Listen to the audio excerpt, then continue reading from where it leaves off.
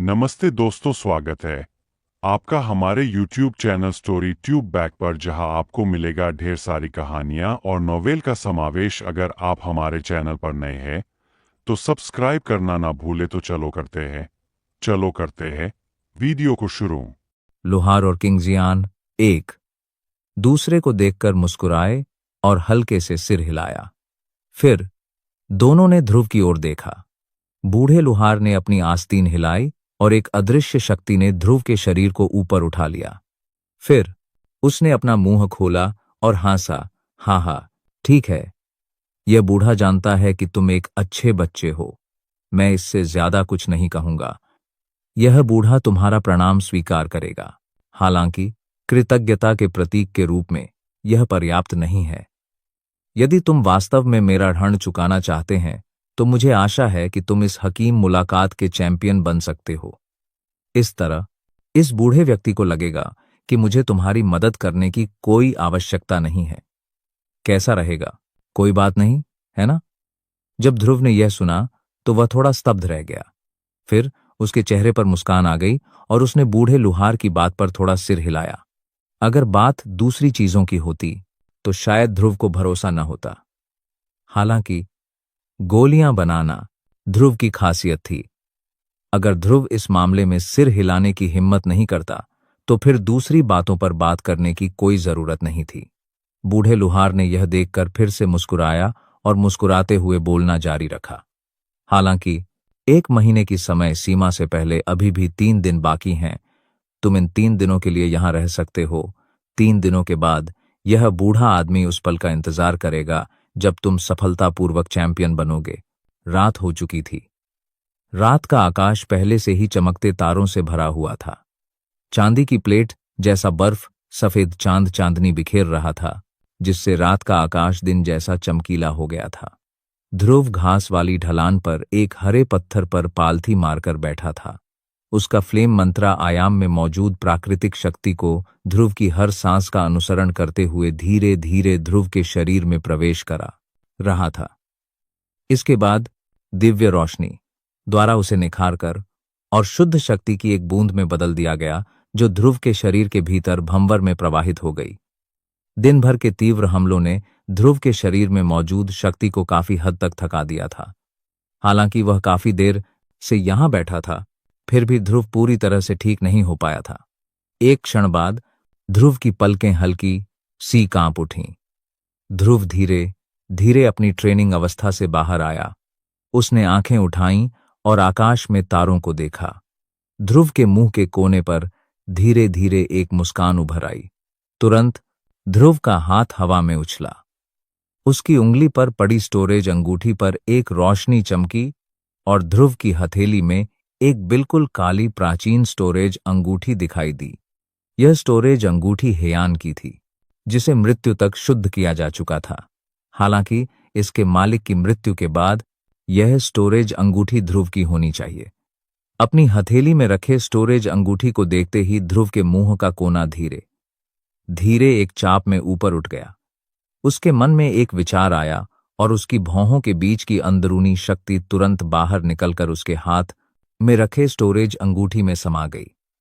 टकराना, एक धीमी और गहरी धमाकेदार आवाज हुई। ध्रुव के चेहरे के भाव एक पल में बदल गए। उसने शुरू में इस स्टोरेज अंगूठी पर एक अंदरूनी शक्ति छाप छोड़ने की योजना बनाई थी।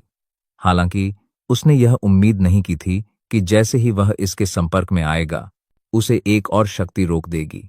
थोड़ी जांच पड़ताल के बाद ध्रुव थोड़ा भौंचक्का हुआ सा महसूस कर रहा था।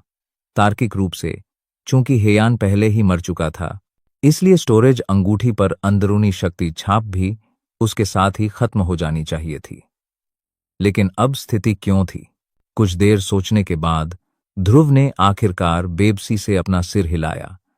ऐसा लग रहा था कि वह अपनी अंदरूनी शक्ति का इस्तेमाल करके ही उसे जबरदस्ती तोड़ सकता था।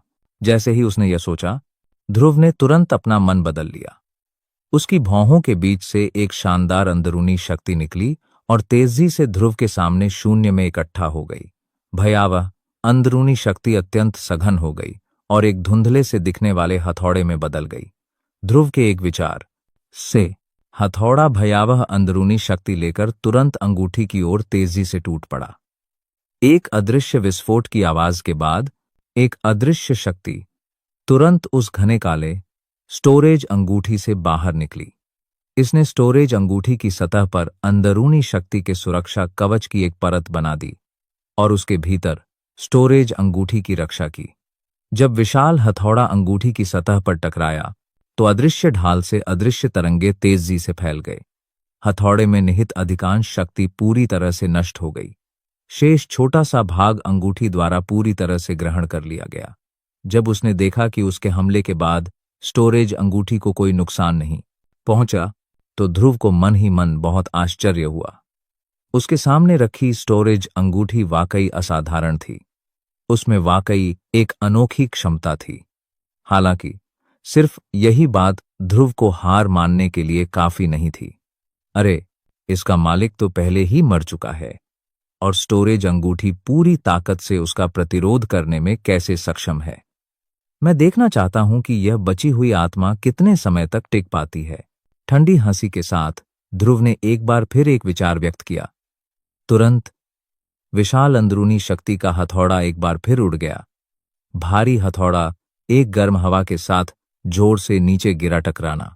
यह देखकर ध्रुव की आंखें फिर से सख्त हो गईं। हालांकि यह जल्दी ही एक ठंडी खर्राटों में बदल गई और उसने अपना मुंह खोला और ठंडी हंसी हंस दी। हुम्फ, यदि एक हथौड़ा पर्याप्त नहीं है तो चलो इसे फिर से करते हैं। हाँ हाँ, एक धीमी चीख के साथ ध्रुव के मन में एक विचार कौंधा। उसकी भौहों के बीच से उमड़ती अंदरूनी शक्ति तुरंत बेतहाशा उमड़ पड़ी। वह उसके सामने रखे विशाल अंदरूनी शक्ति के हथौड़े में पूरी तरह विलीन हो गई, जिसके बाद अपने दिल में ध्रुव के आदेश का पालन करते हुए और भी अधिक क्रूर हथौड़ा एक और भी अधिक भयावह आभा के साथ आया, क्योंकि यह हिंसक रूप से काले काले स्टोरेज अंगूठी की ओर टूट पड़ा। टकराना।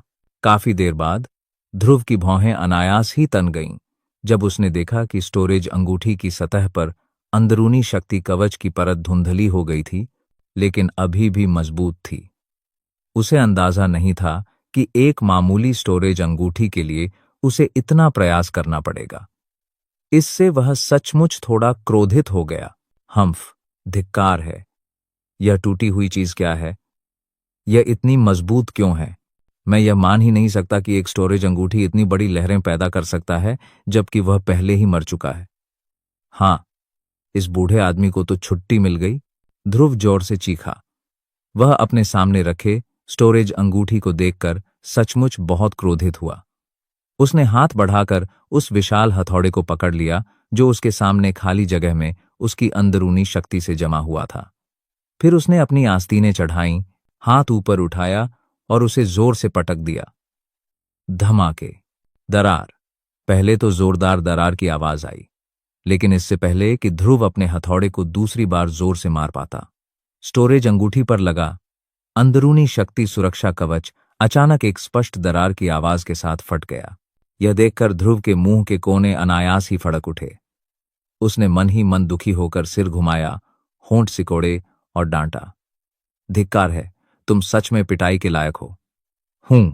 अंदर की चीजों ने मुझे निराश नहीं किया, वरना मैं तुम्हें जरूर जलाकर कबाड़ बना दूंगा। ध्रुव ने अपने हाथ में रखे स्टोरेज अंगूठी की ओर इशारा किया और उसे बुरी तरह डांटा। तभी उसने अपने हाथ में रखा विशाल हथौड़ा बिखेर दिया, जिससे अंदरूनी शक्ति का एक छोटा सा कण स्टोरेज अंगूठी में उसकी अंदरूनी शक्ति छाप छोड़ गया। इसके बाद उसके मन में एक विचार आया और वह उसमें प्रवेश कर गया। जैसे ही ध्रुव उसमें दाखिल हुआ, उसके चेहरे के भाव अनायास ही बदल गए। हालांकि उसने पहले भी कहा था, इस स्टोरेज अंगूठी के अंदर की सभी चीजें असाधारण थीं। हर एक चीज बाहरी दुनिया में लाने पर एक चौंकाने वाला तूफान लाने के लिए काफी थी। हालांकि एक बार इसे देखने के बाद उसका दिल कुछ हद तक चौंक गया था।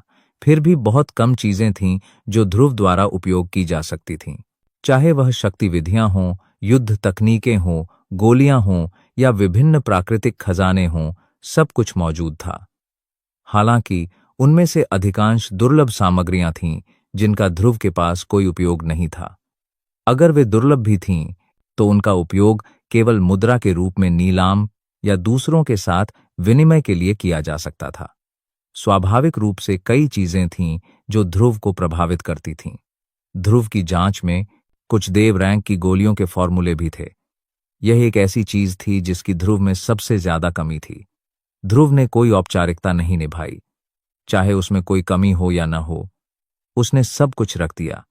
अब चूंकि यह स्टोरेज अंगूठी उसकी थी, इसलिए उसमें मौजूद चीजें भी स्वाभाविक रूप से उसकी थीं। चाहे वे अच्छी हों या बुरी, वे सब उसकी थीं। आखिर बहुत सारा खजाना होना किसे नापसंद होगा। ध्रुव की सावधानीपूर्वक जांच के तहत वह चीज जिसे लेकर वह इस समय सबसे अधिक चिंतित था, आखिरकार ध्रुव को मिल गई। इस स्टोरेज अंगूठी के अंदर एक लकड़ी का बक्सा छिपा हुआ था।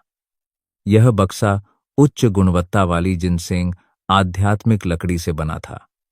इसे देखकर ही ध्रुव को अंदाजा हो गया कि यह चीज वाकई काली लकड़ी की है और बेहद कीमती है। सचमुच, जब ध्रुव ने लकड़ी का बक्सा खोला तो उसने देखा कि लकड़ी के बक्से के अंदर एक हरा सफेद जेड स्क्रॉल चुपचाप पड़ा है।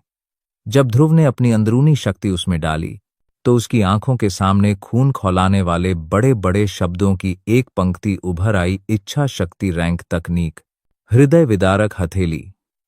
ध्रुव ने अपने सामने हवा में प्रकट हुए 9 गंभीर शब्दों को देखा। उसका हृदय खुशी से भर गया। उसने इस स्टोरेज अंगूठी को खोलने के लिए अपनी पूरी ताकत लगा दी थी, जिसकी एक वजह इसके अंदर छिपा खजाना था। सबसे जरूरी बात वह यह इच्छा शक्ति रैंक तकनीक ढूंढना चाहता था, जिस पर हेयान को बहुत गर्व था। इच्छा शक्ति रैंक तकनीक एक भयावह अस्तित्व थी जो इंसानी रैंक और आत्मा रैंक की तकनीकों दोनों से कहीं आगे थी। इस तरह की तकनीक ऐसी थी जिसे शक्तिशाली मूल सम्राट रैंक योद्धा और मूल बादशाह रैंक के योद्धा भी नहीं छोड़ सकते थे। ध्रुव जैसे शक्तिदेव की तो बात ही छोड़िए, इस स्टोरेज अंगूठी में वाकई ढेरों खजाने थे। हालांकि अगर सच में बात की जाए तो ध्रुव के हाथ में सिर्फ जेड स्क्रॉल ही इस स्टोरेज अंगूठी के सारे खजानों को फीका कर देने के लिए काफी था। दोस्तों, मुझे पहले इस हृदय विदारक हथेली और स्वर्ग कब्जा करने वाले पंजे, इन दोनों तकनीकों की रैंक पता नहीं थी, इसलिए मैंने उसे रैंक 4 तकनीक बोला था। लेकिन यहां पर उस तकनीक के बारे अब बताया गया है कि वो कौन सी और किस रैंक की है। पहले हुई गलती को सुधार दिया गया है। इससे यह पता चलता है कि इच्छा शक्ति रैंक तकनीक कितनी मूल्यवान है। ध्रुव ने गहरी सांस ली। उसने धीरे से अपने हाथ में पकड़ा जेड स्क्रॉल वापस लकड़ी के बक्से में रख दिया। उसका मन एक बार फिर पूरे स्टोरेज अंगूठी में घूम गया, इस उम्मीद में कि उसे हेयान द्वारा इस्तेमाल की गई दूसरी इच्छा शक्ति रैंक तकनीक, स्वर्ग कब्जा करने वाला पंजा, या शायद उससे भी ज्यादा कीमती चीज मिल जाए। दुर्भाग्य से सौभाग्य बार बार किसी के सिर पर नहीं गिरता। ऐसा सौभाग्य पाने के लिए कड़ी मेहनत करनी पड़ती है। इस बड़ी लड़ाई से ध्रुव को जो लाभ हुआ था वह समाप्त हो गया था। ध्रुव इस वजह से निराश नहीं हुआ। अपनी मनचाही इच्छा शक्ति रैंक तकनीक पा लेने से वह पहले ही संतुष्ट हो चुका था। बाकी के लिए अगर कुछ और न भी हो तो कोई बात नहीं। आखिरकार वह अब भी अपनी क्षमता से ज्यादा काम लेने के सिद्धांत को समझता था। संतुष्ट होने का तरीका जानने से ही कोई इच्छाओं से अंधा नहीं हो सकता। यही बात ध्रुव भी अपने मन में लगातार खुद से कहता रहता था। समय उड़ता गया और पलक झपकते ही 3 दिन बीत गए। 3 दिनों के ट्रेनिंग के बाद ध्रुव का आभा मंडल एक बार फिर अपने चरम पर पहुंच गया था। इसके अलावा 3 दिन पहले से ध्रुव की आभा भी अधिक जोरदार हो गई थी। बूढ़े लुहार को देखते ही ध्रुव ने उनसे कुछ बातें की। दोनों बूढ़े भी जानते थे कि ध्रुव के जाने का समय हो गया है, इसलिए उन्होंने कुछ और नहीं कहा। वे बस इंतजार कर रहे थे कि हकीम मुलाकात के बाद ध्रुव उन्हें कोई सरप्राइज दे। हे, ठीक है, जाओ। याद रखो, तुम्हें इस बूढ़े आदमी का शुक्रिया अदा करने के लिए चैंपियन बनना होगा। ध्रुव और बुजुर्ग लुहार शून्य में खड़े थे। बुजुर्ग लुहार ने सहजता से उस रास्ते को खोला जो बाहर आंगन से जुड़ा था। फिर उन्होंने ध्रुव की ओर मुंह करके मुस्कुरा दिया। यह सुनकर ध्रुव ने सिर हिलाया और मुस्कुराया। उसकी नजर धीरे धीरे दोनों सीनियर्स पर पड़ी और उसके चेहरे पर एक सम्मान भरी मुस्कान आ गई। उसने दोनों की तरफ अपनी मुट्ठियां भींच लीं और मुस्कुराते हुए कहा, वरिष्ठजनों, अब मैं विदा लेता हूं।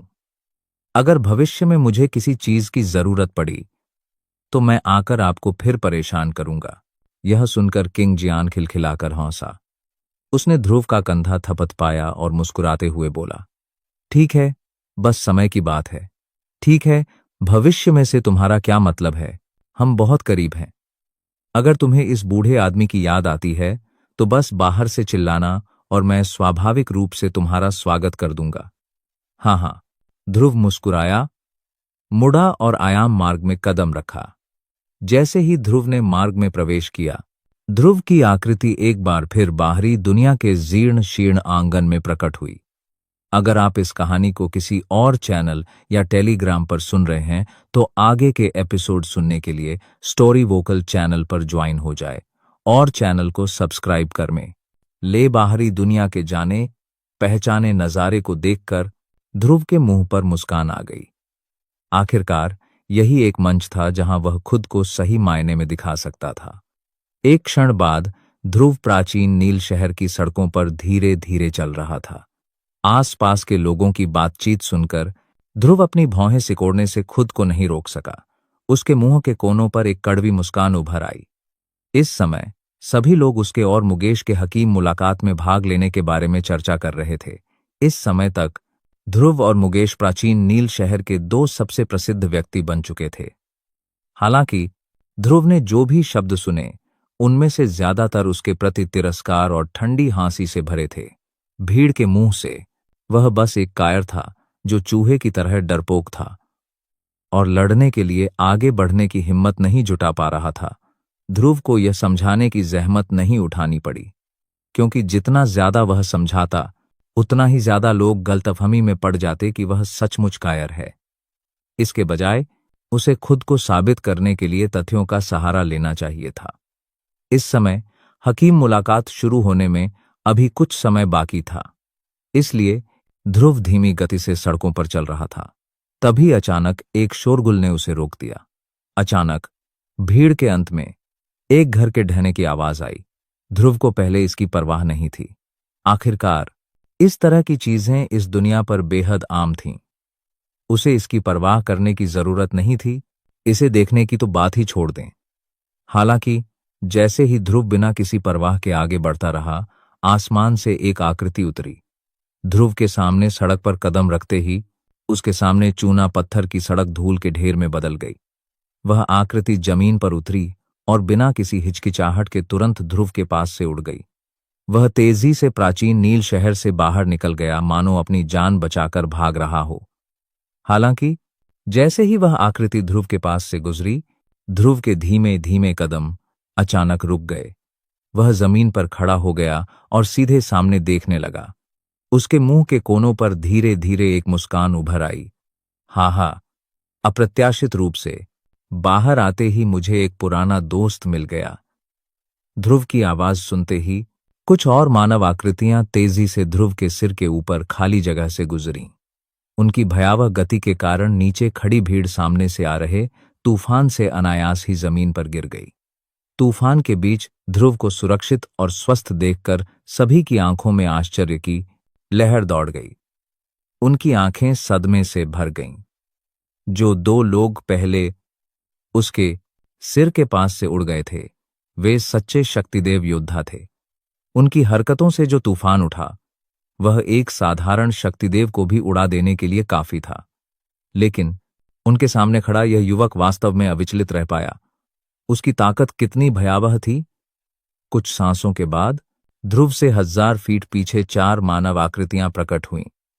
वे एक दुखी दिखने वाले बूढ़े आदमी को घेरे हुए थीं, जिसके मुंह के कोने पर खून के निशान थे। उसका आभामंडल क्षीण हो गया था।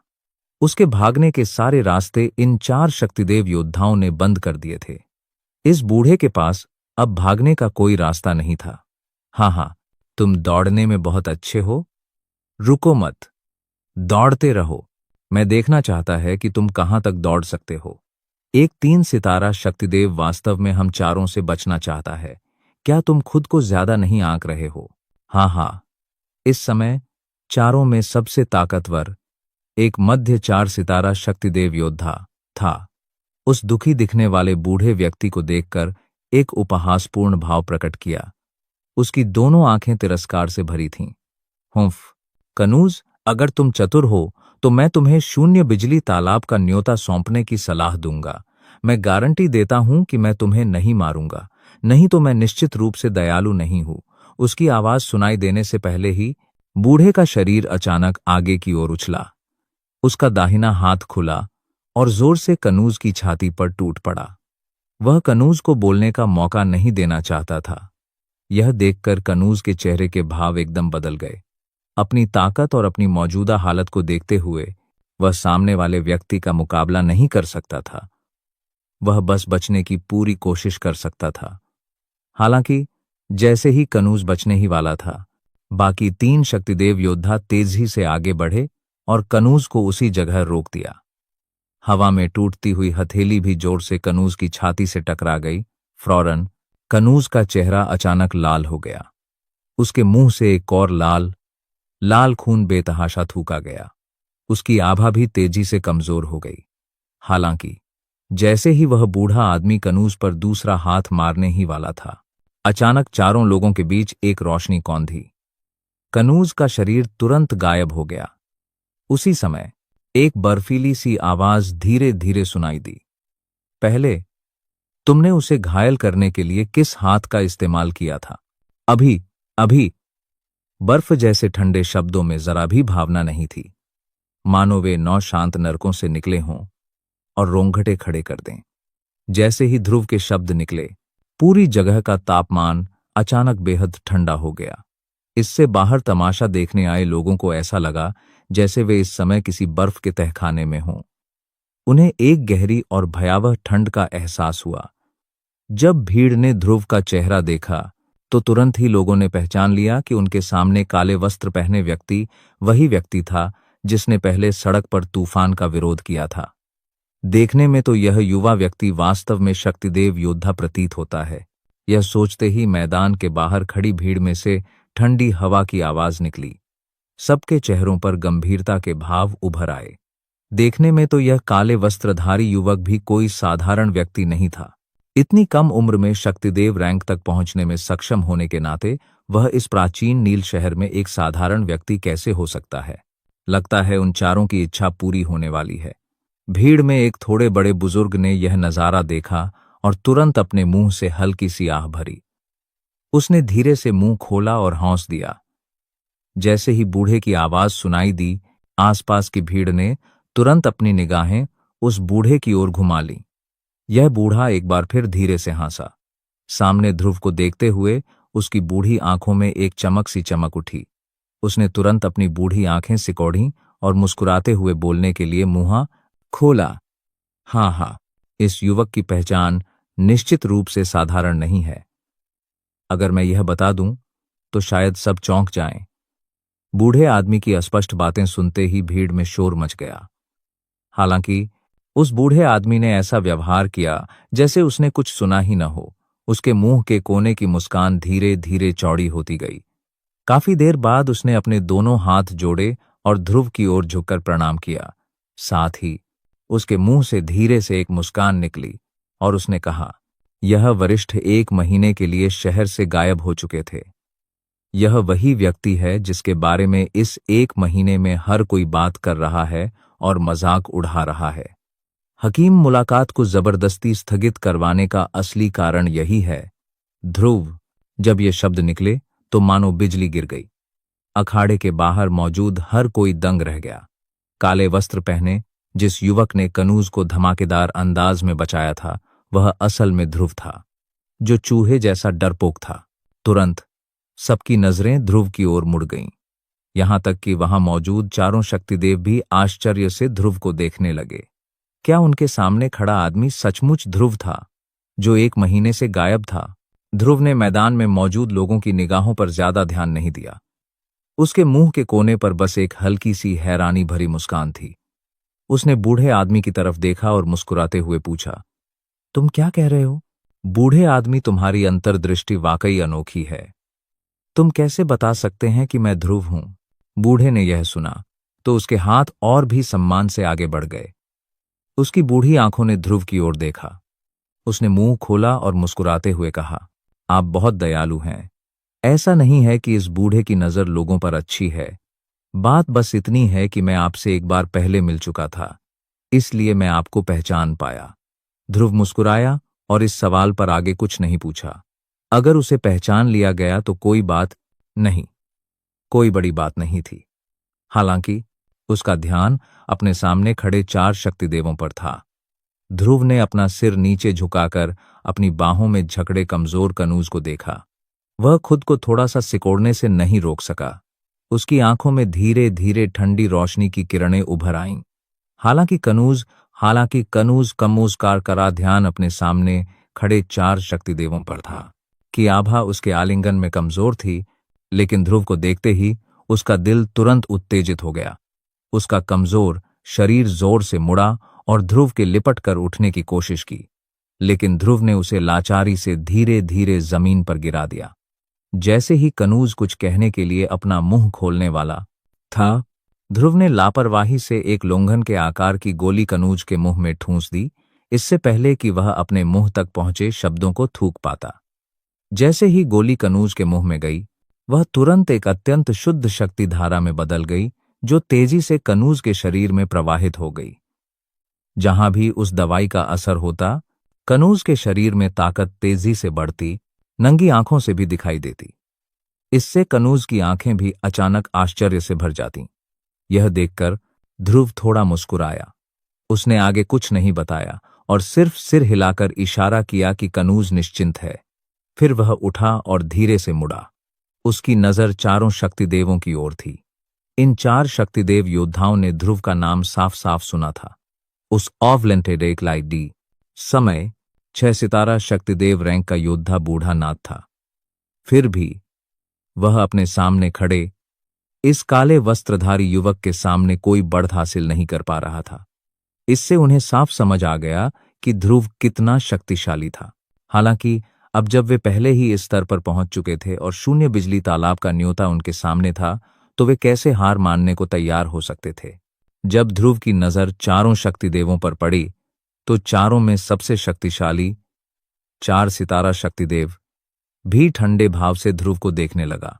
उसने मुंह खोला और व्यंग्यात्मक लहजे में कहा, क्या तुम वही ध्रुव हो? 1 महीने तक छुपने के बाद तुम आखिरकार बाहर आने से खुद को नहीं रोक पाए। हालांकि यह भी अच्छी बात है। इस बूढ़े को याद है कि तुम्हारे पास एक शून्य बिजली तालाब का न्योता भी है, जो तुम्हें उस समय बूढ़े नाथ से मिला था। अब यह बूढ़ा तुम्हारे लिए इसका ध्यान रखेगा। बूढ़े आदमी की ओर देखते हुए, जिसने भी काला लबादा पहना हुआ था, ध्रुव ने व्यंग्य किया। उसने धीरे से अपनी आस्तीन के नीचे हाथ डाला। उसकी सफेद हथेली धूप में बेहद चमकदार लग रही थी। एक विचार के साथ उसके हाथ में एक प्रकाश की किरण चमकी। ध्रुव के हाथ में एक चमकदार चांदी का न्योता तुरंत दिखाई दिया। ध्रुव का चेहरा भावहीन था। बूढ़े आदमी को देखते हुए उसकी नजरें उदासीन थीं। उसका स्वर अभी भी बेहद ठंडा था। उसने धीरे से अपना मुंह खोला और कहा, अब बताओ, अभी अभी तुमने उसे घायल करने के लिए कौन सा हाथ इस्तेमाल किया था? ध्रुव के बेहद ठंडे शब्दों को सुनकर भी बूढ़े व्यक्ति के चेहरे पर उदासीनता बनी रही। उसकी नजर ध्रुव के हाथ में रखे शून्य बिजली तालाब के न्योते पर टिकी रही। कहते हुए उसका स्वर न तो तेज था और न ही धीमा। यह बूढ़ा आदमी जानता है कि तुम्हारे पास एक अत्यंत शक्तिशाली तकनीक है, जो तुम्हें 6 सितारा शक्तिदेव से लड़ने के लिए पर्याप्त है। हालांकि वर्तमान में यहां 4 शक्तिदेव हैं। क्या तुम्हें लगता है कि तुम इस बूढ़े आदमी से इस तरह बात करने के योग्य हो? उसकी आवाज सुनते ही बूढ़े आदमी का पैर अचानक आगे बढ़ा। उसी समय एक अविश्वसनीय रूप से भयानक आभा अचानक ध्रुव की ओर बढ़ी। यह देखकर ध्रुव की आंखें भी बर्फ की तरह ठंडी हो गईं। उसने एक ठंडी सिसकारी भरी और उसी तरह आधा कदम आगे बढ़ा। उसके पैरों के नीचे एक भयावह आभा, जो उस बूढ़े आदमी की आभा से जरा भी कमजोर नहीं थी, अचानक और जोर से दब गई। दोनों के संपर्क में आते ही बूढ़े व्यक्ति के हाव भाव तुरंत बदल गए। उसे उम्मीद नहीं थी कि अपनी ताकत से दूसरी पार्टी उससे जरा भी नहीं हारेगी, जबकि वह अपनी आभा से ध्रुव को दबा रहा था। इस ध्रुव की ताकत वाकई डरावनी थी। इस समय बूढ़े व्यक्ति के पीछे खड़े अन्य 3 शक्तिदेवों ने भी देखा कि स्थिति ठीक नहीं थी। एक एक करके वे आगे बढ़े और ध्रुव की ओर कदम बढ़ाए। इस समय निस्संदेह एक 3 सितारा शक्तिदेव की आभा प्रदर्शित हो रही थी। हालांकि जैसे ही बूढ़े ने सोचा कि वह इस तरह से ध्रुव को दबा पाएगा, ध्रुव के मुंह से एक बार फिर ठंडी सिसकारी निकली। उसका शरीर कांप उठा और उसके शरीर के भीतर की आभा तुरंत फूट पड़ी। तुरंत ही इन चारों लोगों की संयुक्त आभा से भी ज्यादा भयावह आभा ध्रुव के शरीर से तेजी से बाहर निकली। इसने इन चारों शक्तिदेवों की आभा को पूरी तरह से दबा दिया। इस समय भीड़ से घिरी सड़क के बीचों बीच कई आकृतियां खड़ी थीं। 2 बिल्कुल अलग अलग भयावह आभाएं उस इलाके में पहले से ही छाई हुई थीं। इस समय ध्रुव के सामने 4 आकृतियां अपनी पूरी ताकत से ध्रुव के आभा मंडल और दबाव का विरोध कर रही थीं। ये चारों शक्तिदेव थे। 4 शक्तिदेव वास्तव में अकेले ध्रुव के आभा मंडल से पराजित हो चुके थे। इस युद्ध के बाद इन 4 शक्तिदेवों के लिए प्राचीन नील शहर में खुद को स्थापित करना शायद मुश्किल होगा। इस समय चारों शक्तिदेव ध्रुव को देख रहे थे, जिसके चेहरे पर उदासीनता और भय का भाव था। सभी के मन में अत्यंत गंभीरता थी। खैर, उन्होंने कभी सोचा भी नहीं था कि ध्रुव की ताकत वाकई इतनी भयावह होगी। वे सभी 3 सितारा शक्तिदेव थे। अगर वे चारों एक साथ हमला भी करते तो भी उनकी आभाएं ध्रुव को जरा भी दबा नहीं पातीं। इस समय चारों शक्तिदेव अंततः ध्रुव की शक्ति पर संदेह करने से खुद को रोक नहीं पाए। क्या उनके सामने खड़ा काले वस्त्रधारी युवक सचमुच 3 सितारा शक्तिदेव ही था? अगर ऐसा था तो उसकी शक्ति 6 सितारा शक्तिदेवों से जितनी कैसे लग रही है। इस समय देखने आई भीड़ की आंखें भी आश्चर्य से भर गईं। ध्रुव ने वास्तव में अकेले ही एक ही स्तर के 3 शक्तिदेवों का दमन किया था, और सबसे भयावह बात यह थी कि उनमें एक भयावह 4 सितारा शक्तिदेव भी था। इस वक्त तो उन्हें यकीन करने की भी हिम्मत नहीं हो रही थी कि जो कुछ वे देख रहे हैं वह सच है। कहीं ऐसा तो नहीं कि यह कोई भ्रम न होकर हकीकत हो। जवाब में जिस बूढ़े व्यक्ति ने पहले ध्रुव को पहचाना था, उसके चेहरे पर एक शांत मुस्कान थी। वह बचपन से ही प्राचीन नील शहर में पला बढ़ा था और उसने बहुत सी अद्भुत चीजें देखी थीं। उसकी आंखों के सामने का दृश्य दूसरों के लिए स्वीकार करना मुश्किल हो सकता था, लेकिन वह समझ गया था कि ध्रुव इन 4 शक्तिदेवों को दबाने में सक्षम था, और यह सब ध्रुव के अपने प्रयासों के कारण ही था। युद्धभूमि में मौजूद ध्रुव ने इन चारों लोगों के चेहरों के भाव देखे। उसके मुंह से एक बार फिर ठंडी सिसकारी निकली। उसका सीधा शरीर अचानक आगे की ओर झुक गया। एक भयावह आभा के साथ एक ऐसा भयावह दबाव भी था जो पहाड़ों को गिरा सकता था और समुद्र को उलट सकता था, मानो वह हिंसक रूप से नीचे दबा रहा हो। एक पल में चारों शक्तिदेवों की आभाएं ध्रुव द्वारा आसानी से कुचल दी गईं। चारों शक्तिदेवों के शरीर भी पीछे की ओर उड़ गए और जमीन पर जोरदार तरीके से टूट गए। चारों शक्तिदेवों के शरीर दयनीय अवस्था में थे, क्योंकि वे ऊपर चढ़ रहे थे और धीरे धीरे पीछे हट रहे थे। जाहिर है वे चारों जानते थे कि वे ध्रुव का मुकाबला नहीं कर सकते, और अगर वे यहीं रहे तो कोई अच्छा नतीजा नहीं निकलेगा। इसलिए उनके मन में पहले से ही पीछे हटने के विचार थे।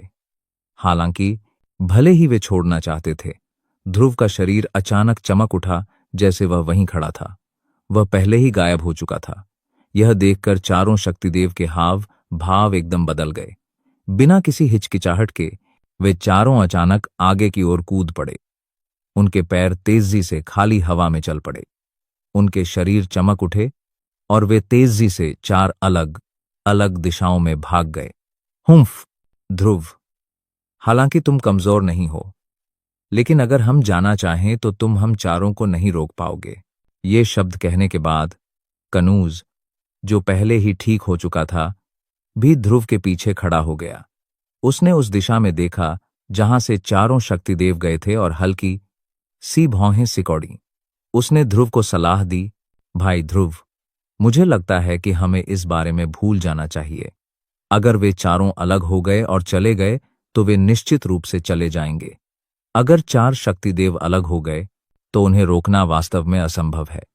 ध्रुव के मुंह के कोनों पर धीरे धीरे एक ठंडी मुस्कान उभर आई जब उसने उस दिशा में देखा जहां से चारों शक्तिदेव गए थे। उसने अपना सिर घुमाकर कनूज की ओर देखा और एक फीकी मुस्कान के साथ कहा, हा हा भाई कनूज, आपको बस आराम करने और यहीं रहने की जरूरत है। अगर आप इस कहानी को किसी और चैनल या टेलीग्राम पर सुन रहे हैं तो आगे के एपिसोड सुनने के लिए स्टोरी वोकल चैनल पर ज्वाइन हो जाए और चैनल को सब्सक्राइब कर ले। मैं देखना चाहता हूं कि वे चारों कितनी तेज दौड़ सकते हैं। उसकी आवाज सुनाई देने के बाद ध्रुव ने कनूज के दोबारा बोलने का इंतजार नहीं किया।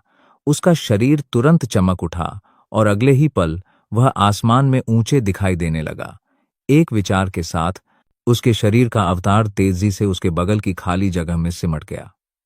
अवतार से नजरें मिलाने के बाद ध्रुव ने बिना किसी हिचकिचाहट के तुरंत आसमानी फना कदम का इस्तेमाल किया। उसका शरीर चमक उठा और उसने 3 सितारा शक्तिदेवों में से एक का पीछा किया जो अपेक्षाकृत कमजोर था। आसमानी फना कदम एक इंसानी रैंक की रफ्तार वाली तकनीक थी। स्वाभाविक रूप से इसकी गति का उल्लेख करने की कोई आवश्यकता नहीं थी। उस समय ध्रुव एक साथ सितारा शक्तिदेव के विरुद्ध तभी लड़ सकता था जब उसने कुछ प्रगति की थी। अब जबकि ध्रुव की शक्ति धीरे धीरे बढ़ रही थी, जब वह इसका उपयोग करता तो संभव था कि उसकी गति 8 सितारा शक्तिदेव से कम न होती। इस समय जैसे ही आसमानी फना कदम का प्रयोग किया गया, ध्रुव की गति तुरंत चांद का पीछा करते उल्का पिंड जैसी हो गई। वह तुरंत खाली जगह को चीरता हुआ 3 सितारा शक्तिदेव के सामने 1000 फीट की दूरी पर प्रकट हुआ। हालांकि इससे पहले कि 3 सितारा शक्तिदेव कुछ कर पाता, ध्रुव ने बेरहमी से उस पर मुक्का जड़ दिया। इससे पहले कि वह कुछ कर पाता, मुक्का उसकी छाती में जोर से जा लगा। मुक्का लगने के बाद 3 सितारा शक्तिदेव का शरीर कमजोर होकर खाली स्थान से गिर गया। अगले ही पल ध्रुव का शरीर फिर से चमक उठा। लगातार 2 जोरदार मुक्कों के बाद खाली जगह से 2 और मानव आकृतियां लाशों की तरह गिरीं। वे नीचे जमीन पर जोर से टकराईं, जिससे दर्जनों फीट गहरा एक विशाल गड्ढा बन गया। हालांकि तीनों आकृतियों के आकाश से गिरने के बाद एक खाली जगह से अचानक एक धरती हिला देने वाला विस्फोट हुआ, जो कि ध्रुव से और भी दूर था। यह ध्वनि प्राचीन नील शहर के पूरे आकाश में गूंज उठी, जिससे शहर के सभी योद्धाओं के चेहरे पर एकाएक भाव बदल गए। इस विस्फोट में जो शक्ति थी वह वास्तव में कमजोर नहीं थी। कुछ उच्च स्तर के शक्तिदेवों की धारणा के तहत इस क्षण उनके हाव भाव तुरंत ही कुरूप हो गए। ऐसा इसलिए था क्योंकि यह धरती हिला देने वाला विस्फोट वास्तव में एक शक्तिदेव के आत्म विनाश का परिणाम था। इस जबरदस्त धमाके से शहर के हजारों लोग पहले से ही सदमे में थे। हर किसी के दिल में एक अतुलनीय सदमा था। एक शक्तिदेव ने वास्तव में प्राचीन नील शहर के ऊपर आकाश में आत्म विनाश कर लिया था। इस समय सभी शक्तिदेव तेजी से आगे बढ़े। उन्हें इस शक्तिदेव स्तर के योद्धा के आत्म विनाश की बात पर ध्यान देना ही था। जहां तक ध्रुव की बात है, जैसे ही विस्फोट की आवाज आई, उसके मुंह के कोने पर मुस्कान धीरे धीरे चौड़ी हो गई। ऐसा इसलिए था क्योंकि धरती को हिला देने वाला वह विस्फोट उसके अवतार के कारण हुआ था। नीचे के प्राचीन शहर को नुकसान न पहुंचाने के लिए ध्रुव ने अपने अवतार के शरीर में मौजूद शक्ति को बलपूर्वक दबा दिया था जब वह आत्म विनाश कर रहा था। वरना कौन जानता था कि वह प्राचीन नील शहर में कितनी बड़ी मुसीबत खड़ी कर देगा। ध्रुव के मुंह के कोने पर एक ठंडी मुस्कान थी जब वह उड़कर जमीन पर उतरा। उसने नीचे जमीन पर एक बहुत बड़ा गहरा गड्ढा देखा। उसका शरीर हिल गया और उसका पैर आसमान से नीचे गिरा। एक तेज आवाज के साथ विशाल गड्ढा फिर से गहरा हो गया। ध्रुव जो उसमें था, उसने एक बेहद कमजोर शरीर को एक हाथ से जोर से विशाल गड्ढे से बाहर फेंक दिया। उसने उस शरीर को आसपास की भीड़ के सामने ऐसे फेंका जैसे वह कचरा फेंक रहा हो। मुझे याद है कि मैंने तुमसे पहले पूछा था कि कनूज को किस हाथ से चोट लगी है। चूंकि तुम मुझे बताने को तैयार नहीं हो, इसलिए मैं केवल खुद ही अनुमान लगा सकता हूं। बर्फ जैसी ठंडी आवाज, जिसमें जरा भी भावना नहीं थी, सुनाई दी। तो बूढ़े आदमी की बेहद डरी हुई आंखों के सामने ध्रुव का हाथ धीरे से कांप उठा। उसकी हथेली में अचानक एक चमकदार दिव्य रोशनी प्रकट हो गई। हालांकि जैसे ही ध्रुव हमला करने वाला था, एक परिचित खुशी भरी आवाज अचानक उसके कानों में पड़ी। क्या? हाँ हाँ, ध्रुव, तो यह तुम हो। मुझे लगा कि यहां कुछ हुआ है। हाँ हाँ, तुमने पिछले महीने सचमुच इस बूढ़े आदमी को तुम्हें ढूंढने पर मजबूर कर दिया है। ध्रुव का हाथ एक पल के लिए रुक गया। उसने सिर उठाकर ऊपर देखा। इस समय आकाश में दर्जनों मानव आकृतियां पहले से ही छाई हुई थीं। इस समय कुछ जानी पहचानी आकृतियों के अलावा बाकी सभी लोग उत्सुकता भरी निगाहों से ध्रुव को देख रहे थे। ये सभी लोग हकीम मुलाकात देखने आए थे, और तो और उनकी ताकतें शक्तिदेव रैंक की थीं। उनमें से सबसे कमजोर तो पहले ही 3 सितारा शक्तिदेव के रैंक तक पहुंच चुका था। ऐसा लग रहा था कि ध्रुव की ताकत वास्तव में इन लोगों के सामने पर्याप्त नहीं थी। हाँ हाँ, अध्यक्ष गुलशन, 1 महीने तक आपसे न मिलने के बाद मुझे आपकी बहुत याद आई। खाली आसमान में उस बूढ़ी मानव आकृति को देखकर ध्रुव के चेहरे पर तुरंत मुस्कान आ गई। उसके मुंह से भी जोर से हंसी निकल गई।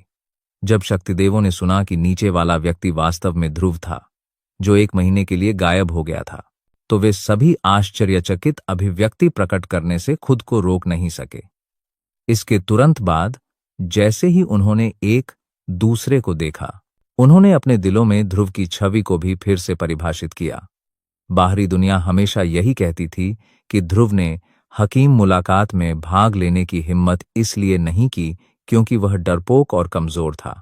हालांकि ये बातें तो आम लोगों को ही पता थीं। ये शक्तिदेव जरा भी विश्वास नहीं करते थे। हालांकि उनके दिलों में हमेशा से ही ध्रुव के अचानक गायब होने को लेकर बेहद उत्सुकता थी। इस समय जब उन्होंने ध्रुव को देखा, तो स्वाभाविक रूप से सभी के दिलों में उसके प्रति एक अच्छी धारणा बन गई। यह सुनकर गुलशन भी मुस्कुराया। फिर उसकी नजर ध्रुव के पैरों के पास बैठे बूढ़े पर पड़ी। उसकी आंखों में एक अजीब सा भाव उभर आया। काफी देर बाद उसने मुंह खोला और कुछ संदेह के साथ पूछा, यह? हालांकि गुलशन की आवाज सुनाई देने से पहले ही दूर गली के उस छोर से एक और मानव आकृति तेजी से उड़ती हुई आई। ध्रुव ने यह देखकर तुरंत मुस्कुराया और कहा, लगता है भाई कनूज लगभग ठीक हो गया है। कनूज के ध्रुव के सामने पहुंचने से पहले ही उसकी स्पष्ट आवाज साफ सुनाई दे रही थी। यह सुनते ही कनूज का चेहरा कृतज्ञता से भर गया। उसने ध्रुव की ओर देखा और जोर से हंसा, हाँ हाँ, यह सब भाई ध्रुव की गोलियों की बदौलत है, वरना मुझे सच में नहीं पता कि मैं उस हथेली के वार से कब उबर पाऊंगा। इस बिंदु पर ध्रुव को और कुछ कहने की जरूरत नहीं थी। गुलशन भी समझ गया कि यह मामला शायद कनूज की वजह से था। ध्रुव कनूज के साथ हंसा। तभी उसने अपनी आंखें उठाकर गुलशन की ओर देखा। फिर उसने आकाश में शक्तिदेव योद्धाओं के समूह पर अपनी नजर घुमाई।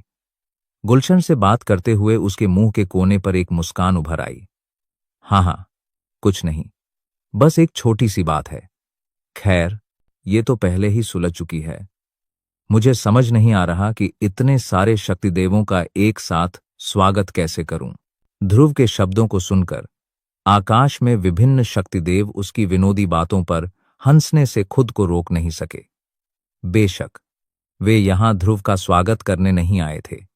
अगर अभी भयानक विस्फोट न हुआ होता तो वे घबराकर यहां नहीं आते।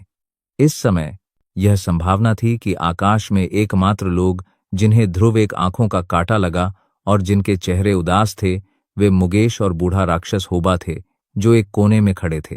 इस समय जब मुगेश ने देखा कि ध्रुव वास्तव में प्राचीन नील शहर में सुरक्षित खड़ा था, तो उसका दिल गुस्से से भर गया। 1 महीने पहले बूढ़े लुहार के हमले में वह गंभीर रूप से घायल हो गया था। यह सारा कर्ज ध्रुव के सिर पर था। यदि ध्रुव न होता तो हकीम मुलाकात पहले ही समाप्त हो चुकी होती और प्राचीन नील शहर में हकीम एसोसिएशन उनके नियंत्रण में होता। हालांकि इस ध्रुव की वजह से उनकी मूल रूप से उत्तम योजना बार बार बर्बाद हो गई। हालांकि सबसे घृणित बात यह थी कि ध्रुव का हकीम कौशल वास्तव में उतना ही भयानक था, इतनी कम उम्र में ही उसके पास इतनी भयानक ताकत थी। इसके अलावा उसके पास एक तरह की दिव्य रोशनी और एक बेहतरीन तकनीकें भी थी। चाहे वो कोई भी हो, वो सब उसे हिला देती थीं। प्राचीन नील शहर में आने के बाद से ध्रुव ने सबसे पहले 3 सितारों की दूरी पार करके एक 6 सितारा शक्तिदेव से युद्ध किया था। फिर उसने सबके सामने पूजनीय बूढ़े लुहार को बुलाया था। अंततः उसने हकीम एसोसिएशन में दूसरे दर्जे का हकीम बैज प्राप्त कर लिया था। अगर कोई इन बातों को ध्यान से देखे तो ऐसा लगेगा कि ध्रुव शुरू से ही हकीम मुलाकात के लिए आया था। वह पूरे रास्ते उत्पात मचाता रहा और कोई उसे रोक नहीं पाया। यहां तक कि मुकेश ने जिस 7 सितारा शक्तिदेव को ध्रुव को मारने के लिए भेजा था, वह भी कुत्ते पर मांस के बंस फेंकने जैसा था। उसके सामने ध्रुव एक 10,000 साल पुराने राक्षस की तरह था, जिसे एक कोमल त्वचा की थैली में संग्रहित किया गया था। कमीने, अगर तुम लौट आए तो क्या हुआ? एक बार हकीम मुलाकात शुरू हो जाए तो यह बूढ़ा आदमी तुम्हें मेरे पैरों के नीचे हरा देगा। मुकेश की तुलना में किनारे खड़े बूढ़े राक्षस होबा ने चीजों को उससे भी ज्यादा साफ देखा। ध्रुव पर पहली नजर में ही उसे अंदाजा हो गया था कि ध्रुव का आभा मंडल पहले ही एक शिखर स्तर 3 सितारा शक्तिदेव के चरम पर पहुंच चुका है। वह 4 सितारा शक्तिदेव बनने से बस एक कदम दूर था। मुकेश, क्या तुम्हें उस ध्रुव के बारे में 1 महीने पहले की तुलना में कुछ अलग पता चला? इस बूढ़े आदमी को लगता रहता है कि उसके साथ कुछ गड़बड़ है। इस समय बीड़े राक्षस होबा ने अपनी आंखें सिकोड़ लीं और ध्रुव को घूरते हुए अपने बगल में मुकेश को एक आवाज भेजी। चूंकि वे मुकेश के साथ एक ही नाव पर थे, बूढ़े राक्षस होबा स्वाभाविक रूप से ध्रुव और मुकेश के मामले के बारे में जानता था। इसलिए उसने ध्रुव को कम आंकने की हिम्मत नहीं की। अब जब वह ध्रुव के बारे में पूछ रहा था तो वह ध्रुव के बारे में कोई भी विवरण बताने को तैयार नहीं था। यह सुनकर मुकेश की भी भौहें तन गईं। चूंकि बूढ़े राक्षस होबा ने ऐसा कहा था, इसलिए उसे यकीन करना ही बेहतर था। मुकेश ने भी तुरंत अपनी नजरें ध्रुव की ओर घुमाईं। एक विचार के साथ उसकी अंदरूनी शक्ति तेजी से फैल गई और ध्रुव को सावधानी से घेर लिया। गुलशन और बाकियों से बातें कर रहे ध्रुव को अपने आस पास हल्की सी अंदरूनी शक्ति का एहसास हुआ। हालांकि जैसे ही उसने अंदरूनी शक्ति को धीरे धीरे अपने शरीर में समाहित होने दिया, उसके मुंह के कोनों पर एक ठंडी मुस्कान आ गई। हेयान की अंदरूनी शक्ति को आत्मसात और परिष्कृत करने के बाद वर्तमान ध्रुव की अंदरूनी शक्ति अब मुकेश से कमजोर नहीं रही। इसलिए ध्रुव की जानकारी के बिना मुकेश के लिए उसकी जांच करना असंभव था। हाँ ध्रुव, चूंकि तुम लौट ही आए हो तो हकीम मुलाकात शुरू होने का समय आ गया है। आखिरकार हम में से कितने ही लोगों ने 1 महीने तक तुम्हारा इंतजार किया है। कुछ देर बातें करने के बाद गुलशन ने आंखें उठाकर आसमान की ओर देखा। दोपहर हो चुकी थी और हकीम मुलाकात शुरू होने का समय हो गया था। गुलशन के मुंह से निकलते ही उसके पीछे खड़े शक्तिदेवों में शोर मच गया। उन्होंने 1 महीने तक ध्रुव के लौटने और हकीम मुलाकात में भाग लेने का इंतजार किया था। अब जब समय आ गया था और सभी अपनी जगह पर थे, तो हकीम मुलाकात शुरू होने का समय आ गया था। यह देखकर ध्रुव मुस्कुराया। उसने अपने हाथ जोड़े और उन्हें आकाश में शक्तिदेवों की ओर बढ़ाया। तभी उसने अपना मुंह खोला और मुस्कुराते हुए कहा, सभी लोगों, मैं यह भी जानता हूं कि मेरी वजह से आप सभी ने 1 महीने तक व्यर्थ प्रतीक्षा की है। मैं जानता हूं कि आप सभी में से कुछ लोग ऐसे जरूर होंगे जो प्रतीक्षा करते करते अधीर हो गए होंगे। मैं व्यक्तिगत रूप से आप सभी से क्षमा चाहता हूं। ध्रुव के शब्द निकलते ही उसने दोनों हाथों को जोड़कर झुककर प्रणाम किया। इस क्रिया ने वहां उपस्थित कई शक्तिदेवों की तुरंत स्वीकृति प्राप्त कर ली। चाहे ध्रुव के शब्द सच्चे हों या नहीं, उसने इतने सारे लोगों के सामने अपना दृष्टिकोण व्यक्त कर ही दिया था। अगर वे अभी भी संतुष्ट नहीं होते तो यह थोड़ा उबाऊ होता। ध्रुव ने अपने हाथ नीचे रखे और मुस्कुराते हुए शक्तिदेवों को देखा। उसके मुंह के कोनों पर धीरे धीरे मुस्कान उभर आई। हालांकि ये लोग उस स्तर तक नहीं पहुंचे थे जहां ध्रुव को खतरा महसूस हो, लेकिन अंततः एक अच्छी छाप छोड़ना कोई बुरी बात नहीं थी। इसके अलावा इन लोगों को उसकी ताकत का अंदाजा भी था। चूंकि वह अपने से 3 सितारा शक्तिदेव के ऊपर के विरोधियों से नहीं डरता था, इसलिए स्वाभाविक रूप से उसे उनके आगे झुकने की कोई जरूरत नहीं थी। इस समय उसका रवैया उनके दिलों में ध्रुव के प्रति अपनी सारी नाराजगी मिटाने के लिए काफी था। चाहे वह कोई भी हो, यह कोई बुरी बात नहीं थी। ध्रुव की यह चाल देखकर गुलशन के चेहरे पर मुस्कान आ गई। ध्रुव के इस तरीके ने न सिर्फ उसके लिए एक अच्छी प्रतिष्ठा छोड़ी थी, बल्कि यह एक बार फिर हकीमों के एक बड़े समूह को उनकी हकीम मुलाकात में आकर्षित कर सकता था। हालांकि जैसे ही सभी लोग हकीम मुलाकात देखने के लिए वापस लौटने की तैयारी कर रहे थे, ध्रुव, जो सबका ध्यान आकर्षित कर रहा था, ने धीरे से अपना हाथ हिलाया। उसकी हथेली से एक चमकदार दिव्य रोशनी का गुच्छ तुरंत फूट पड़ा, जिससे उस क्षेत्र का तापमान अचानक बढ़ गया। यह दृश्य देखकर मैदान में मौजूद लोग जो जाने वाले थे, एक बार फिर रुक गए और एक साथ ध्रुव को देखने लगे। दूसरी ओर ध्रुव ने मुस्कुराते हुए कनूज को देखा। उसने तुरंत अपना मुंह खोला और हौंस दिया, हाँ हाँ भाई कनूज, जब इस आदमी ने तुम्हें पहले घायल किया था तो उसने कौन सा हाथ इस्तेमाल किया था? यह बेहद शांत वाक्य सुनकर कनूज दंग रह गया। एक पल बाद उसने तुरंत प्रतिक्रिया दी। इतनी देर बात करने के बाद ध्रुव वास्तव में शुरुआती बिंदु पर लौट आया था। आकाश में मौजूद लोगों ने भी यह दृश्य देखा और ध्रुव के मुंह से ये शब्द सुने। उनके दिलों में ध्रुव के बारे में उनकी धारणा तुरंत और भी गहरी हो गई। वह वाकई एक दुर्लभ व्यक्ति था जो अपने दोस्त के लिए इतना चिंतित था। कनूज ने भौहें चढ़ाईं और बहुत देर तक सोचता रहा। उसकी नजरें जरा घूमीं और उसने अपनी छाती पर एक लाल हाथ का निशान देखा। 5 उंगलियों का क्रम साफ तौर पर उसके दाहिने हाथ का था। यह देखकर ध्रुव मुस्कुराया। उसने कनूज के कुछ और कहने का इंतजार नहीं किया, क्योंकि उसकी नजरें अचानक नीचे की ओर मुड़ गईं। एक पल में उसके पहले से मुस्कुराते चेहरे की जगह अचानक एक बर्फ सी ठंडी अभिव्यक्ति ने ले ली, जो 9 शांत झरनों जितनी ठंडी थी। उसकी आंखों में आग सी चमक उठी। ध्रुव का हाथ, जो दिव्य रोशनी को नियंत्रित कर रहा था, अचानक कस गया। उसकी हथेली में दिव्य रोशनी अचानक फूट पड़ी और एक बड़ी लपट में बदल गई, जिसने तेजी से ध्रुव के पूरे शरीर को अपनी चपेट में ले लिया। उसी समय आकाश में मुकेश के हाव भाव अचानक बदल गए। उनका मन तेजी से घूम गया और उन्होंने अपनी छोड़ी हुई अंदरूनी शक्ति को तुरंत वापस ले लिया। दुर्भाग्य से, हालांकि उसकी हरकतें धीमी नहीं थीं, फिर भी ध्रुव के अचानक हमले में उसकी अंदरूनी शक्ति का एक हिस्सा अभी भी घायल हो गया था। निकट भविष्य में उसका ठीक होना मुश्किल होगा।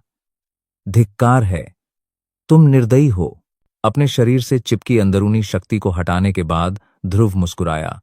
उसकी नजरें खाली जगह पर बिना कोई निशान छोड़े घूम गईं। खाली जगह में उसकी नजरें मुकेश की आंखों से टकरा गईं। उसकी आंखों में उपहास था, जिससे मुकेश का गुस्सा और भड़क उठा। दूसरी ओर ध्रुव ने उसकी बिल्कुल भी परवाह नहीं की।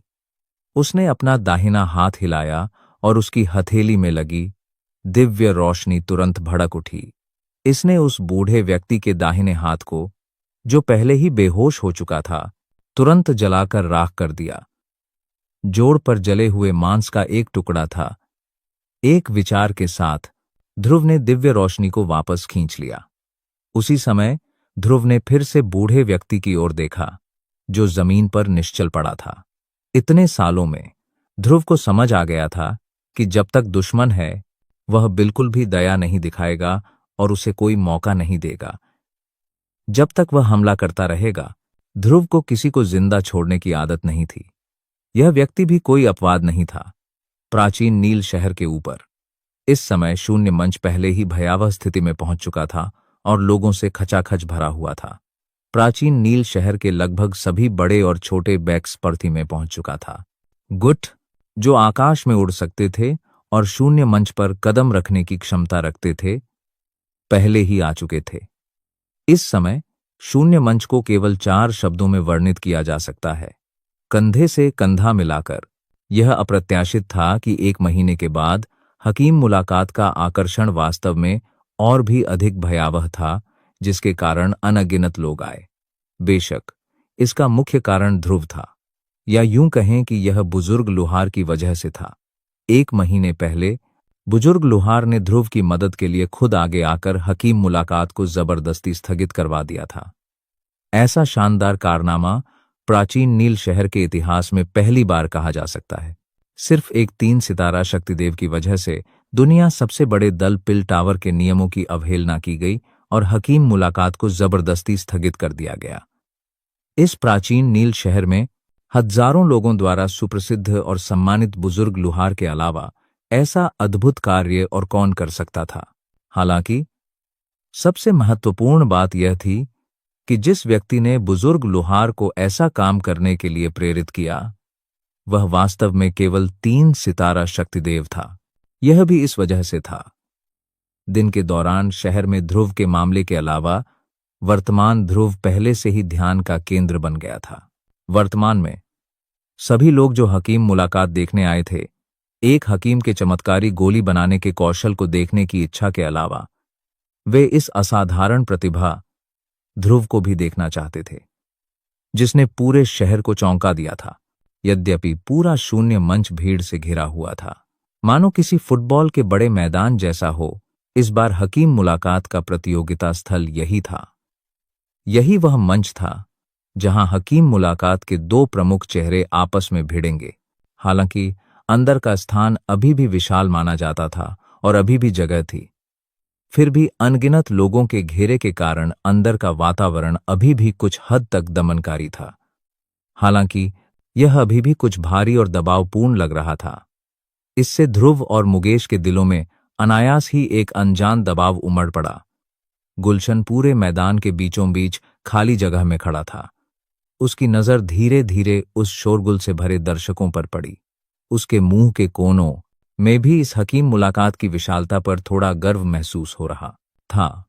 उन्होंने जीवन भर हकीम एसोसिएशन का प्रबंधन किया था और न जाने कितनी बड़ी बैठकें आयोजित और अध्यक्षता की थी, लेकिन सचमुच यह पहली बार था जब उन्हें आज की तरह सूरज को काले बादलों से ढके होने का ऐसा एहसास हुआ था।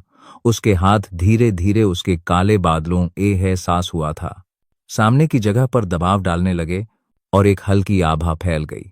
हालांकि अपेक्षित सन्नाटा नहीं था। इससे गुलशन का चेहरा अनायास ही थोड़ा शर्मिंदा हो गया। ऐसा लग रहा था कि आज ये लोग पहले से ज्यादा साहसी थे। गुलशन के मुंह के कोनों पर मुस्कान उभर आई। एक विचार के साथ एक 8 सितारा शक्तिदेव की भयावह आभा तुरंत फैल गई। एक पल में वहां मौजूद कुछ लोगों के अलावा कुछ शक्तिदेवों के चेहरे पर भी गंभीर भाव उभर आए। यह कहा जाना चाहिए कि हकीम एसोसिएशन के अध्यक्ष के रूप में उनकी गोलियां बनाने के कौशल का उल्लेख किए बिना गुलशन की ताकत वास्तव में असीम थी। यकीनन गुलशन की हरकत के बाद पहले से शोरगुल से भरा मैदान तुरंत शांत हो गया। गुलशन को देखते हुए सबके चेहरे गंभीर हो गए थे। उनमें से कई लोग ऐसे भी थे जो पहले से ही इस भयावह आभा से इतना दबाव में थे कि उनके सिर लाल हो गए थे। जाहिर है वे अब इसे और बर्दाश्त नहीं कर सकते थे। गुलशन ने यह देखकर धीरे से अपना सिर हिलाया। उसने धीरे धीरे आभा और दबाव को कम किया। सच कहूं तो ऐसा नहीं था कि वह हिंसक तरीके अपनाना चाहता था, बस ये लोग आम भाषा नहीं समझते थे। यह देखकर ध्रुव भी मुस्कुराया। उसने गुलशन की बकवास को नजरअंदाज कर दिया। इसके बजाय वह अपनी कुर्सी पर आलस से दुबका हुआ सा दिखाई दिया। उसकी अंदरूनी शक्ति चुपचाप फैल गई और अखाड़े में सब कुछ जांचने लगी। इसके बाद यह बूढ़ा आदमी घोषणा करता है कि हकीम मुलाकात का अंतिम दौर आधिकारिक तौर पर शुरू हो गया है। आखिरकार जिस वाक्य का सबको इंतजार था वो गुलशन के मुंह से निकला। इस पल सबका खून खौल उठा। उनके मुंह से सहमति में चीखें भी निकलीं। इस पल मैदान का माहौल पूरी तरह से भड़क उठा। अचानक खाली जगह में एक तेज रोशनी दिखाई दी। हकीम का कोट पहने एक मानव आकृति सबसे पहले खाली जगह में बने पत्थर के मंच पर कदम रखने लगी। जैसे ही वह मानव आकृति वहां खड़ी हुई, सभी ने अपनी आंखें गड़ा दीं और उस ओर देखने लगे। हालांकि सभी के मुंह से एक हल्की सी फुफकार निकली। ऐसा इसलिए था क्योंकि हकीम के कोट पहने व्यक्ति कोई और नहीं बल्कि मुकेश था, जो इस दौर में हकीम कौशल में ध्रुव के साथ मुकाबला करने वाला था। सबके मुंह से तिरस्कार भरे शब्द सुनकर मुकेश का चेहरा गुस्से से कांप उठा। मन ही मन उसने चाहा कि काश वो अपने सामने खड़ी इन सारी चींटियों को थप्पड़ मारकर मार डालता। हालांकि मौजूदा हालात में वह यही कर सकता था। उसने उन्हें नजरअंदाज करने की पूरी कोशिश की। आखिरकार इस वक्त सबसे जरूरी चीज ये चींटियां नहीं थीं जिन्होंने कभी दुनिया नहीं देखी थी, बल्कि ये सेकंड ग्रेड हकीम था जो उससे मुकाबला करने वाला था। ध्रुव पत्थर के मंच पर खड़े। मुकेश ने दूर से ध्रुव को देखा, जो अभी भी अपनी कुर्सी पर दुबका हुआ था। उसके मुंह से एक ठंडी सिसकारी निकली। उसने तुरंत उसे अनदेखा कर दिया। उसने अपना हाथ बढ़ाया और उसके हाथ में रखी अंगूठी से एक चमक सी चमक उठी। एक बैंगनी काले रंग की कड़ाही उड़कर मुकेश के सामने पत्थर के डोकला हाथ में रोकरना मंच पर जोर से गिर पड़ी। बैंगनी काले रंग की वह कड़ाही बेहद रहस्यमयी थी, जिसके दोनों ओर बने चमगादड़ के पंख आपस में जुड़े हुए थे और उनका फैलाव पूरे कड़ाही का शरीर बना रहा था। दो रक्तरंजित बड़े मुंह अग्निकुंडों का रूप ले चुके थे, जबकि चार पंजों ने उसे जमीन पर मजबूती से टिकाया हुआ था और उसके नुकीले कान आपस में मिलकर एक चार तरफा खुला ढक्कन बना रहे थे। जब मुकेश ने यह कड़ाही निकाली तो गुलशन और जजों की सीटों पर बैठे अन्य लोगों के चेहरे बदल गए, क्योंकि यह कोई साधारण वस्तु नहीं बल्कि एक तरह का खजाना कही जाने वाली खूनी चमगादड़ कड़ाही थी। सभी लोग विस्मित थे। तभी ध्रुव ने अपनी कुर्सी से उठकर पत्थर के मंच पर कदम रखा।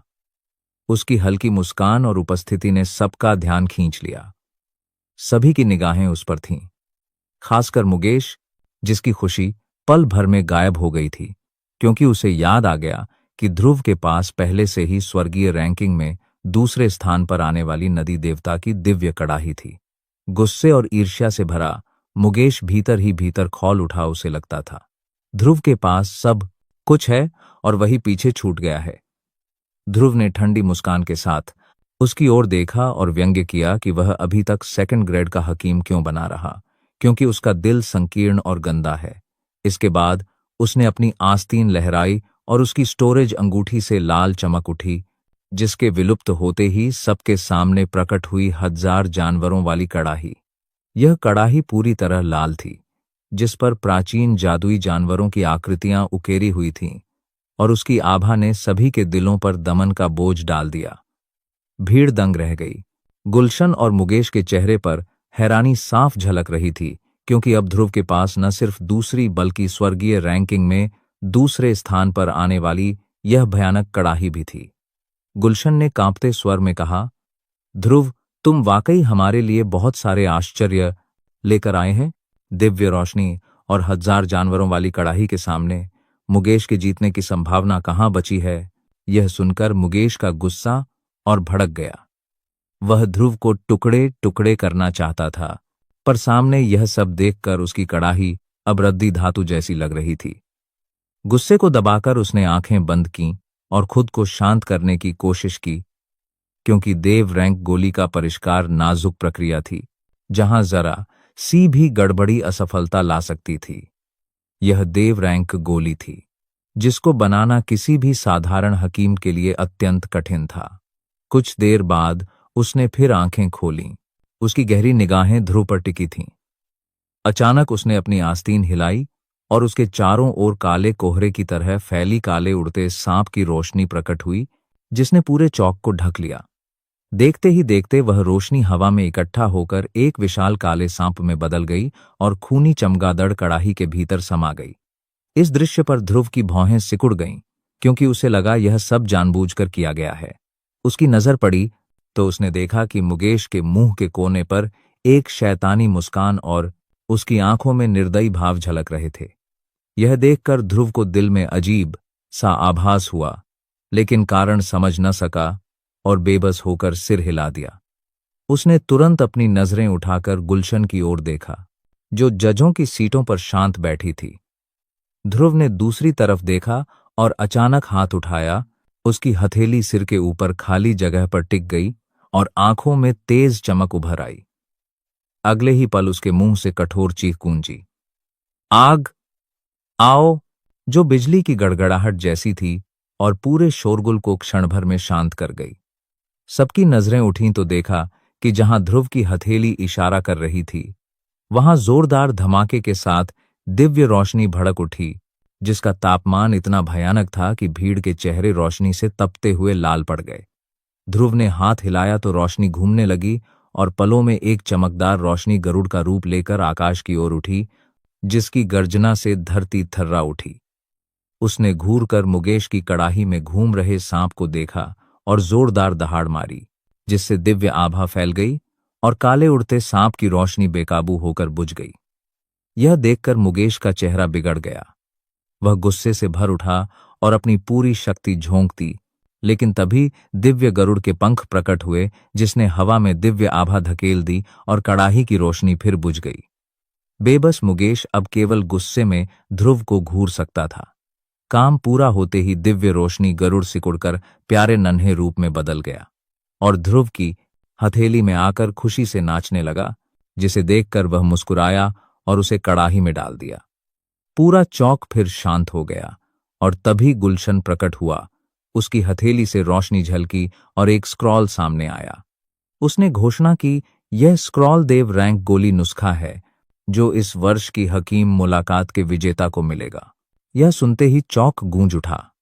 ध्रुव और गुलशन की नजरें मिलीं, दोनों मुस्कुराए, लेकिन दिल ही दिल में वह बूढ़े लोमड़ी को कोसने से नहीं बच सका। फिर गुलशन ने कहा, अब इस वर्ष की हकीम मुलाकात का फाइनल शुरू होता है, और भीड़ जयकारों से भर गई। अब सबकी नजरें असली नायकों ध्रुव और मुकेश पर टिक गईं। ध्रुव ने आंखें बंद कर मन स्थिर किया और अपनी फ्लेम मंत्रा के साथ साधना शुरू कर दी, ताकि सर्वोत्तम स्थिति में रहकर देव रैंक गोली को बना सके। दूसरी तरफ मुकेश, जिसे पहले से देव रैंक की गोली का अनुभव था, ने ठंडी मुस्कान के साथ अपनी कड़ाही खोली और चमकीली जड़ी बूटियां सामग्री उसमें डाल दी। वह मेरु गोली का शोधन शुरू कर चुका था, जिसका प्रभाव शक्तिदेव की शक्ति को अस्थायी रूप से बढ़ाना था। अपने अनुभव पर भरोसा रखते हुए उसने सामग्री पर नियंत्रण किया और परिष्करण शुरू किया, जबकि भीड़ ने फिर से ध्रुव की ओर देखा, जो अब भी शांत बैठा ट्रेनिंग कर रहा था, मानो उसकी हर सांस में ऊर्जा समा रही हो।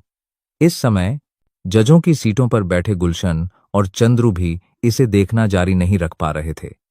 क्या ध्रुव वाकई इसी तरह आगे बढ़ने वाला था? मुकेश ने जड़ी बूटियों को निखारना शुरू कर दिया था। उनके चेहरों के भावों की तुलना में बुजुर्ग ओजस और मैदान में एक निश्चित स्थान पर जेड पंखा पकड़े हुए एक युवक असाधारण रूप से शांत दिखाई दे रहे थे। हालांकि बुजुर्ग लुहार भी अपने दिल में थोड़ा चिंतित थे, लेकिन अपने बगल में युवक के चेहरे पर मुस्कान देखकर उन्हें राहत मिली। ध्रुव के बारे में उसकी समझ की तुलना में उसके बगल वाला युवक थोड़ा ज्यादा जानता था। उसके सामने वाला ध्रुव कभी भी इतनी आसानी से हार मानने वाला नहीं था। देखते हैं, एक बार जब उसकी आभा अपने चरम पर पहुंच जाएगी तो उसके लिए गोली को बनाने का समय आ जाएगा। युवक के शब्द अभी सुनाई ही दे रहे थे कि प्रशिक्षण ले रहे ध्रुव ने अचानक अपनी आंखें खोल दीं। सामने रखी कड़ाही को देखते हुए उसके चेहरे पर जरा भी भाव नहीं था। उसके दोनों हाथ एक साथ लहराए। शक्ति तेजी से उमड़ी और अंदरूनी शक्ति सुनामी की तरह फैल गई। इसी क्षण एक और भी तेज सफेद शीत दिव्य रोशनी भी तेजी से फैल गई। अचानक ध्रुव ने अपना दाहिना हाथ वापस खींच लिया। तुरंत उसने उसे सामने रखे नदी देवता की दिव्य कढ़ाई पर जोर से पटक दिया। उसके मन में एक विचार आया और उसके भीतर की दिव्य रोशनी तेजी से एक साथ इकट्ठा हो गई। उसके भीतर का आभा मंडल भी तेजी से प्रचंड और हिंसक होता गया। विस्फोट! एक धीमी चीख सुनाई दी और कड़ाही के भीतर की दिव्य रोशनी अचानक फूट पड़ी। दिव्य रोशनी से निकली भयावह रूप से उच्च ताप की एक लहर अचानक ध्रुव के सामने कड़ाही में फैल गई, जिससे पूरी कड़ाही अनायास ही कांप उठी। अब सही समय था। ध्रुव ने मौके का फायदा उठाया और अपनी आस्तीनें लहराईं। उसके आस पास की जड़ी बूटियां, जो पहले से ही सफेद शीत दिव्य रोशनी से जम चुकी थीं, एक विचार के साथ उसके सामने कड़ाही में डाल दी गईं।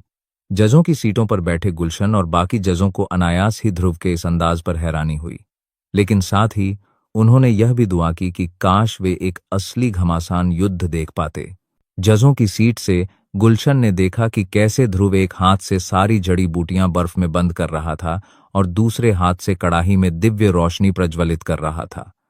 गुलशन खुद को थोड़ा सा भौंचक्का किए बिना नहीं रह सका। हालांकि इससे पहले कि वह कुछ और सोच पाता, अगले ही पल ध्रुव ने सारी जड़ी बूटियां कड़ाही में डाल दी। बस इसी वक्त गुलशन ने तुरंत प्रतिक्रिया दी। कोई आश्चर्य नहीं कि ध्रुव ने ऐसा अजीब कदम उठाया होगा। तो यही वजह थी। इस समय ध्रुव पूरी तरह से अपनी चरम अवस्था में पहुंच चुका था। दूसरी ओर मुकेश ने जड़ी बूटियों को निखारने का अपना पहला दौर शुरू कर दिया था। इस समय ध्रुव की निखारने की गति पहले से कहीं ज्यादा धीमी हो गई थी। मुकेश की गति से बराबरी करने के लिए ध्रुव ने पहले सफेद सी दिव्य रोशनी का इस्तेमाल करके जड़ी बूटियों को बर्फ में बंद कर दिया। फिर उसने कड़ाही में दिव्य रोशनी जलाकर और भी भयानक तापमान पैदा कर दिया। इस दौरान अत्यधिक तापमान अंतर का इस्तेमाल करके ध्रुव कम से कम समय में जड़ी बूटियों के गुणों को कमजोर कर सका, जिससे उन्हें निखारना आसान हो गया। अगर आप इस कहानी को किसी और चैनल या टेलीग्राम पर सुन रहे हैं तो आगे के एपिसोड सुनने के लिए स्टोरी वोकल चैनल पर ज्वाइन हो जाए और चैनल को सब्सक्राइब कर ले। हालांकि यह तरीका आसान लग रहा था, लेकिन इसके लिए दोनों का पूरा सहयोग जरूरी था। अत्यधिक गर्मी और अत्यधिक ठंड का असर बस कुछ ही पलों के लिए होता है। अगर समय का ध्यान न रखा जाए तो इन जड़ी बूटियों का नतीजा यह होगा कि वे पूरी तरह नष्ट हो जाएंगे। इसे प्राप्त करने के लिए न केवल अत्यंत शक्तिशाली अंदरूनी शक्ति और नियंत्रण की आवश्यकता थी, बल्कि पर्याप्त साहस की भी आवश्यकता थी। आखिरकार ध्रुव के हाथ में जड़ी बूटियों के सिर्फ 3 सेट ही थे। सबसे खास बात यह थी कि उसने पहले कभी देव रैंक की किसी गोली को बनाया नहीं था। इस तरह का साहसिक प्रयोग कोई साधारण व्यक्ति नहीं कर सकता था। इसके अलावा यह भी संभव था कि सभी हकीमों में से ध्रुव ही एकमात्र ऐसा व्यक्ति था जो इस विधि का उपयोग कर सकता था। सफेद सीत दिव्य रोशनी हर हकीम के पास नहीं होती। जहां तक बर्फ की बात है, हकीमों में ऐसा कोई अपवाद नहीं था। जहां तक बाहरी मदद की बात है तो यह और भी असंभव था। दोनों तापमानों का संयोजन एक ऐसे बिंदु पर पहुंचना जरूरी था जहां परिणाम पूरी तरह से संतुलित हों। अन्यथा अगर कोई विचलन होता तो जड़ी बूटियां नष्ट हो जाती। इसलिए इस तरह की तकनीक का इस्तेमाल सिर्फ एक ही व्यक्ति कर सकता था। संभवतः पूरे दुनिया में ध्रुव ही एकमात्र व्यक्ति था जो दोनों तकनीकों का संयोजन कर सकता था। जैसे ही उन्होंने ध्रुव के सामने कड़ाही में तेजी से निखर रही जड़ी बूटियों पर नजर डाली, गुलशन और बाकी लोग ध्रुव की विधि से आश्चर्यचकित हुए बिना नहीं रह सके। उनके सामने खड़ा युवक हमेशा उन नियमों को तोड़ने में सक्षम प्रतीत होता था जो वे जानते थे। उनके दृष्टिकोण से हर असंभव चीज में कुछ न कुछ गुंजाइश जरूर होती थी। ध्रुव के लिए ऐसा लगता था जैसे कोई भी चीज पूरी तरह असंभव नहीं है। जब मुकेश ने ध्रुव का तरीका देखा तो उसका दिल कांप उठा। ध्रुव की क्षमता वाकई भयावह थी। अगर वह उसे जल्दी से नहीं दबा पाता तो ध्रुव उसे पकड़ लेता। हालांकि वह इस मुकाम पर पहुंच ही चुका था, मुकेश जानता था कि इस समय उसे चिंता करने की जरूरत नहीं है। आखिरकार जड़ी बूटियों को निखारना तो गोली बनाने का पहला कदम ही था। वह उन्हें गोली में मिला पाएगा या नहीं, यही सबसे अहम हिस्सा था। धीरे धीरे समय बीतता गया। जैसे जैसे वे दोनों धीरे धीरे जड़ी बूटियों को निखारते गए, एक दिन बीत चुका था। फिर भी उनके कड़ाहों में जड़ी बूटियां अभी भी फटी हुई थी, लेकिन उनके मांस के फटने का कोई निशान नहीं था। मुकेश को इस बात का पूरा भरोसा था। कड़ाह में जड़ी बूटियों को धीरे धीरे निखारते हुए उसका चेहरा शांत था। उनके चेहरे पर जरा भी चिंता नहीं थी। दूसरी ओर ध्रुव ने भी उदासीन रवैया अपनाया। उसका ध्यान अभी भी अपनी कड़ाही में जड़ी बूटियों को निखारने पर केंद्रित था और धीरे धीरे उस पल का इंतजार कर रहा था जब वे खत्म हो जाएंगी।